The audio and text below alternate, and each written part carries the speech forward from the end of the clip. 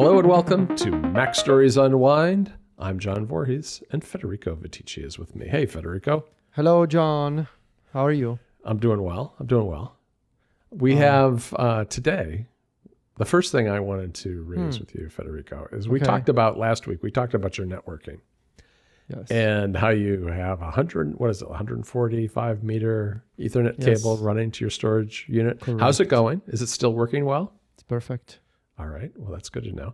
I wanted to mention something I did, which was not quite as audacious, but I realized that the difficulty for me is I live on 3 stories in a condominium. So having my Wi-Fi extend to all corners of that efficiently is hard. I have where, only certain spots where the Ethernet comes on each floor, and it has to extend vertically. Which is a little bit challenging too. And I was having troubles, especially on my 3rd floor, with the signal on one end of the floor, and I was having troubles in my office on the 1st floor because my main router is in a coat closet underneath our stairs, which is not ideal. Not ideal at all, but that's where they put the main box, like your little box with all the cables in it. Mine's in a coat closet.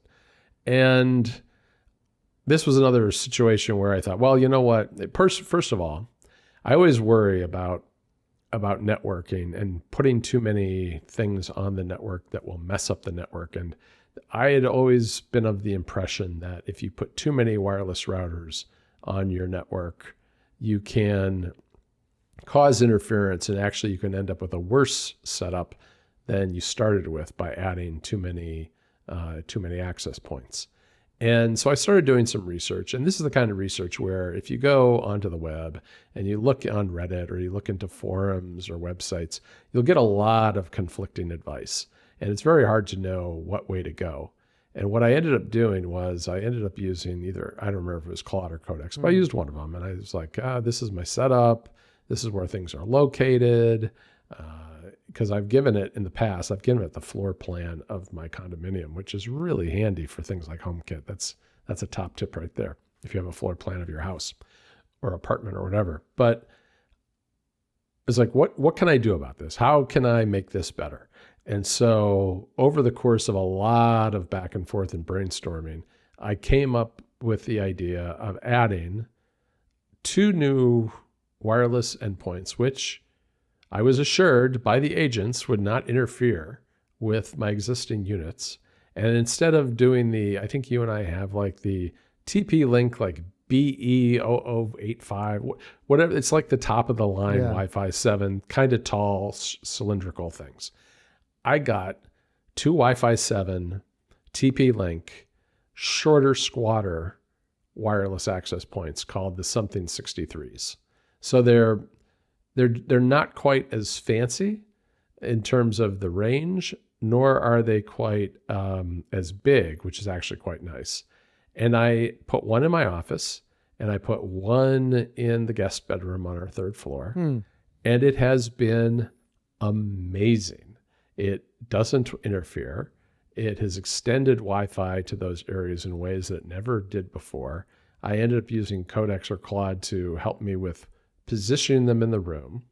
There are both, fortunately, even though I didn't decide where to put the Ethernet drops in my house, at least there's one in every major room. So that wasn't a problem getting them.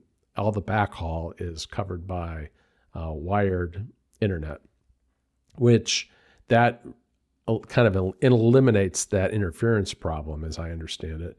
And it's really done a nice job extending the Wi-Fi to parts of the house, which I hadn't done before, even though they were a problem because they weren't critical areas. Like the guest room only gets used so often. However, when you do have a guest and they've got no Wi-Fi, or like one of my kids is home and they've got no good Wi-Fi, it's not great. So that was an important one. Got that set up. And my office, pretty much everything in here is wired, so it's not a huge deal. But I'm kind of like you this way.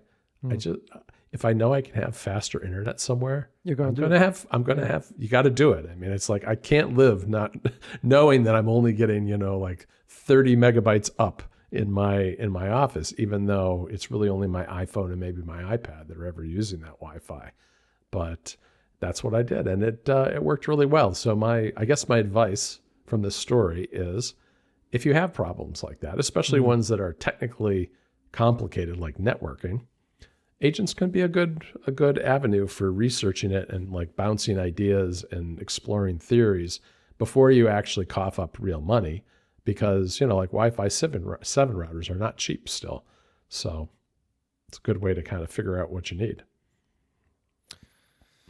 Yeah, well, I feel like I'm done with networking for a while. Oh, I think you are too. I mean, the thing about dealing with like what you dealt with, it's like, all right, it's working. I'm good. I'm not touching anything. Yeah, especially because like there is no more fiber that I can hope for. Like Italy tops out at 10 gigabit. I've never heard of anything higher than 10. Maybe 25 gigabit exists for like enterprise offices, that type of those types of buildings. Yeah. But not, I guess maybe not for residential. Not for residential, not for consumers. I guess at some point in the future, I'll upgrade to Wi-Fi 8 whenever that becomes a standard in the next couple of years. But that's basically it for me. I think that there's a spec out there for it There's already. There's a spec. I think it's going to be like a 2028, 2029 Yeah, thing. I don't think it's in any hardware yet. I think realistically, I'm good for the rest of 26 and 27. What do you do for your balcony? Is your balcony... it just gets the signal from inside. Is it good enough? It's good enough. Yeah. It's good enough. That's kind of where I'm at. Between the living room and the one in my office, like it covers, we have this sort of like wraparound balcony. Right. And it covers the entire semicircle of the balcony. So... Well, that's good. Yeah. I see... This is another thing where I'm just resisting, because my balcony, the router in the living room is within 10 feet of the glass sliding doors onto our balcony. So I already get good Wi-Fi out there. However, I do have an Ethernet drop on the balcony and power on the wall, which would be a very nice place to put a weatherproof Wi-Fi 7 router and have like really, really good internet out there. So I'm trying to resist, Federico, because I don't really need it. It's the reason the Ethernet and the power are on the wall like that in the balcony is it's designed so you can put one of those weatherproof TVs outside and watch TV. Not something we're going to do. But a Wi-Fi router, I don't know. Maybe something. Maybe. Yeah, I've been having speaking of setups, I've been having a bit of a tough time with that B-Link mini PC that I repurposed as a Linux machine. Oh, how so? And because so the issue is that every morning it seems to randomly shut down, and neither Codex nor I can figure it out.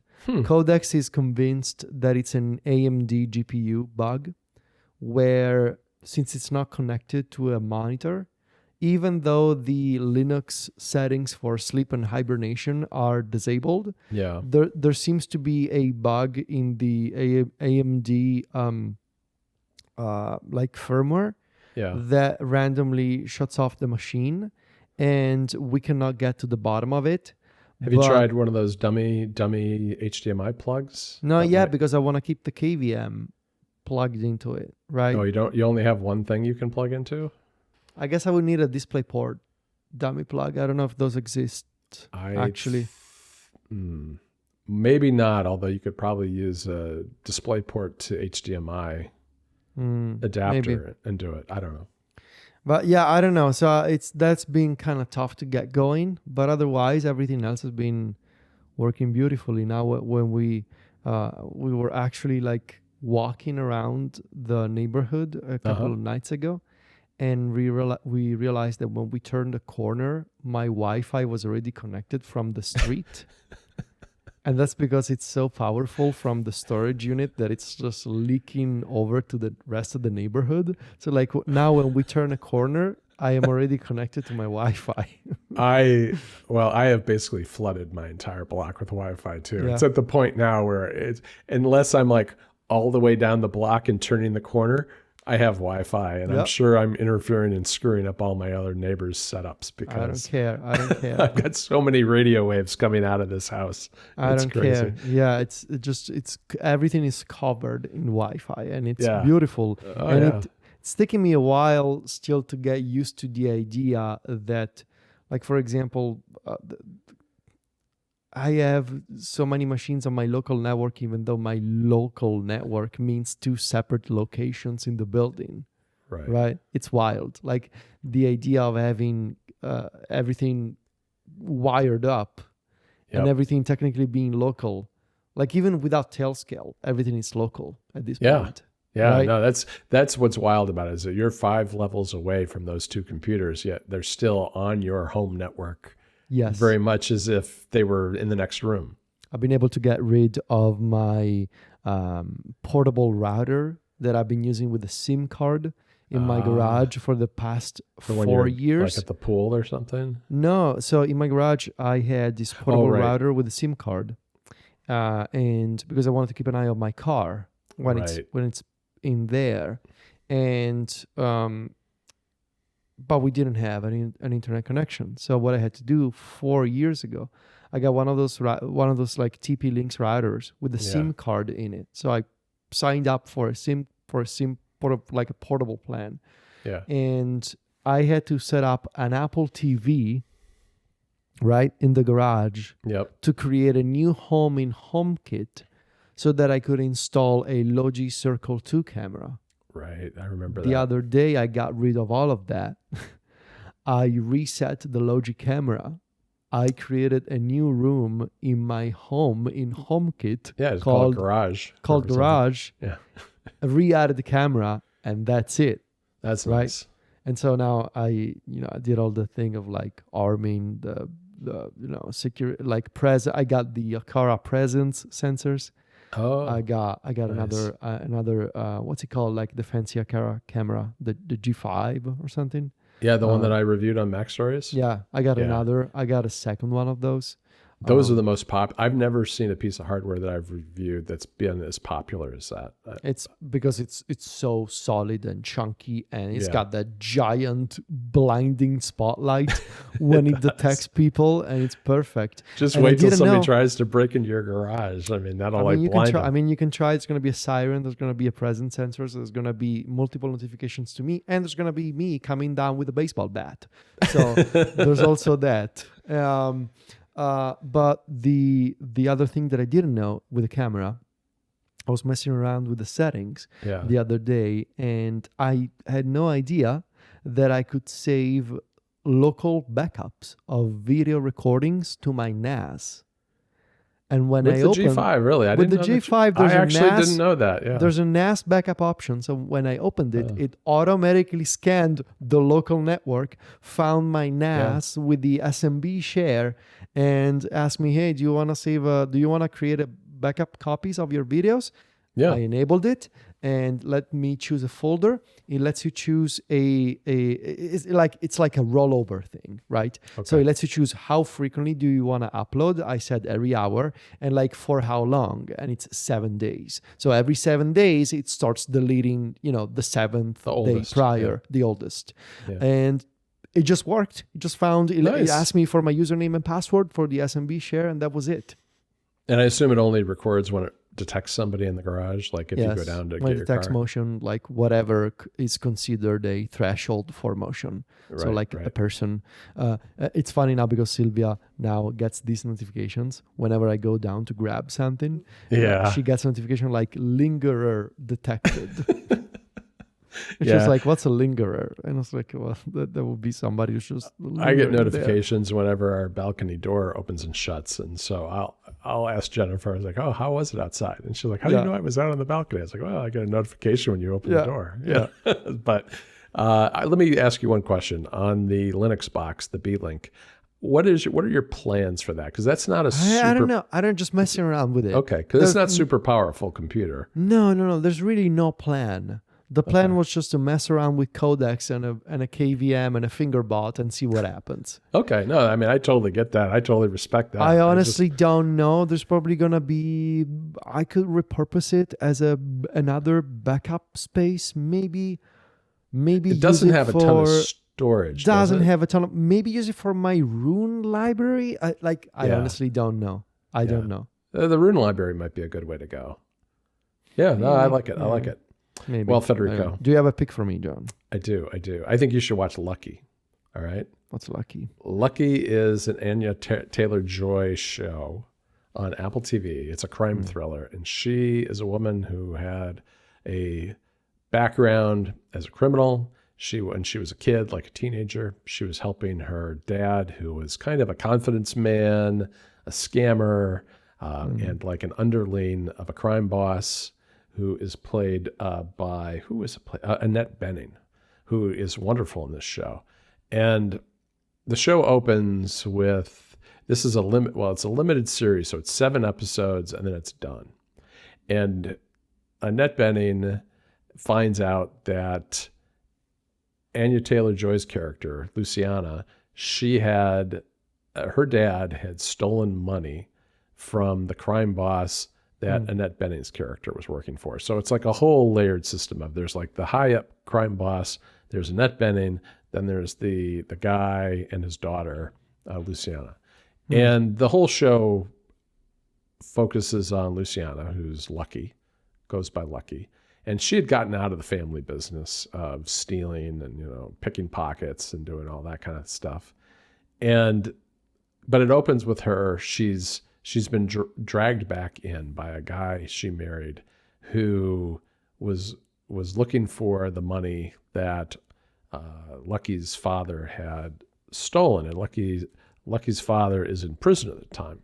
And this just sets off a chain of events starting in Las Vegas and in the desert of money being stolen and people chasing each other, looking for the money. The crime boss being upset and sending out his thugs to find Lucky and to find these other people involved in the crimes.